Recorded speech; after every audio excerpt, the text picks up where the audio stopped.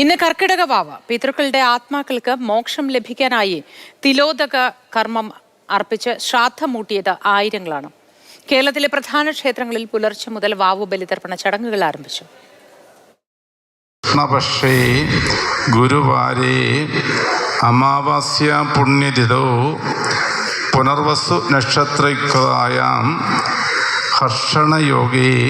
തിരുവനന്തപുരത്ത് വാവുബലി തർപ്പണത്തിന് പ്രസിദ്ധമായ ശംഖുമുഖത്തും തിരുവല്ലം പരശുരാമ ക്ഷേത്രത്തിലും ആയിരക്കണക്കിന് ആളുകളാണ് പുലർച്ചെ മുതലെത്തിയത്. തിരുവല്ലം പരശുരാമ ക്ഷേത്രത്തിൽ പുലർച്ചെ മുതൽ തന്നെ ആളുകൾ ബലിതർപ്പണത്തിനായി എത്തിയിരുന്നു. തിരുവനന്തപുരത്തെ സംബന്ധിച്ച് ഏറ്റവും പ്രധാനപ്പെട്ട ഇടമാണ്. ദിവസവും ബലിതർപ്പണത്തിനുള്ള അവസരം ഉള്ള ക്ഷേത്രമാണ്. 3 ബലിക്കല്ലുകളാണ് ഇവിടെയുള്ളത്, ശംഖുമുഖത്തുള്ളത്. ഇവിടെ തന്നെ ഈ കടപ്പുറത്തിന് സമീപ പ്രദേശമായതുകൊണ്ട് തന്നെ വലിയ സ്ഥലമുണ്ട്. അതുകൊണ്ട് തന്നെ ആളുകൾ അധികം കാത്തു നിൽക്കാതെ അവരെ ചടങ്ങുകളിലേക്ക് അവർക്ക് എത്താൻ കഴിയുന്നു. ഈ ബലിതർപ്പണം അർപ്പിച്ചുകൊണ്ട് പെട്ടെന്ന് മടങ്ങാൻ കഴിയുന്നു എന്നുള്ള ഒരു പ്രത്യേകത ശംഖുമുഖത്തെ സംബന്ധിച്ച് ഇവിടെയുണ്ട്. അമ്മ ഇവിടെ വലിയ തിരക്കുണ്ടായിരുന്നോ?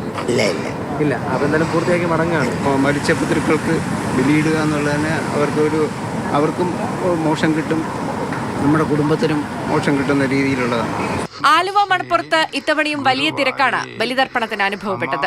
രാവിലെ എല്ലാം നേരിയ തോതിൽ മഴയുണ്ടായിരുന്നു. പതിവായി ഇത്തരത്തിൽ ആലുവ ശിവരാത്രി മണപ്പുറത്ത് എത്തി ബലിതർപ്പണം നടത്തി പോകുന്ന വിശ്വാസികളാണ്. ബലിതർപ്പണം നടത്തി പുഴയിൽ ബലിച്ചോറ് ഒഴുക്കിയ ശേഷം ആലുവ മഹാദേവനെ തൊഴുത ശേഷമാണ് ആളുകൾ ഇവിടെ നിന്നും പോവാറുള്ളത്. പ്രതിപക്ഷ നേതാവ് വി.ഡി. സതീശൻ സ്വന്തം നാടായ നെട്ടൂരിലെ മഹാദേവൻ ക്ഷേത്രത്തിലാണ് ബലിതർപ്പണം നടത്തിയത്.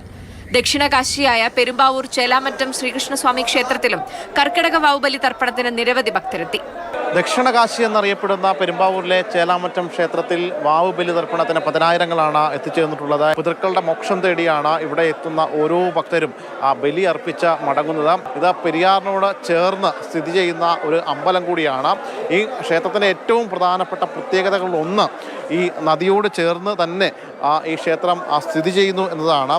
ബലികർമ്മങ്ങൾക്ക് ഏതൊരു ഈശ്വര സന്നിധിയിലായാലും പ്രത്യേകിച്ച് പൈതൃകമായിട്ടുള്ള ക്രിയകൾ ഒരു വൈഷ്ണവാരാധനയും ശൈവാരാധനയിലും ചെയ്യുന്നുണ്ടെങ്കിലും കേരളത്തിലധികവും വൈഷ്ണവ ക്ഷേത്രങ്ങളാണ് ബലികർമ്മങ്ങൾക്ക് ആയിട്ട് കൂടുതൽ പ്രധാനമുള്ള ക്ഷേത്രങ്ങളായിട്ട് എടുക്കുന്നത്.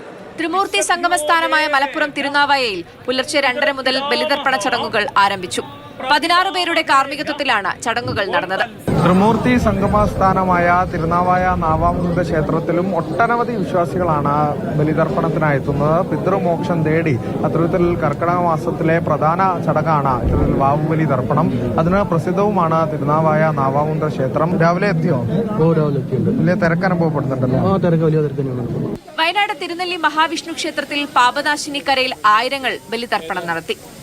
News desk, Mathrubhumi news.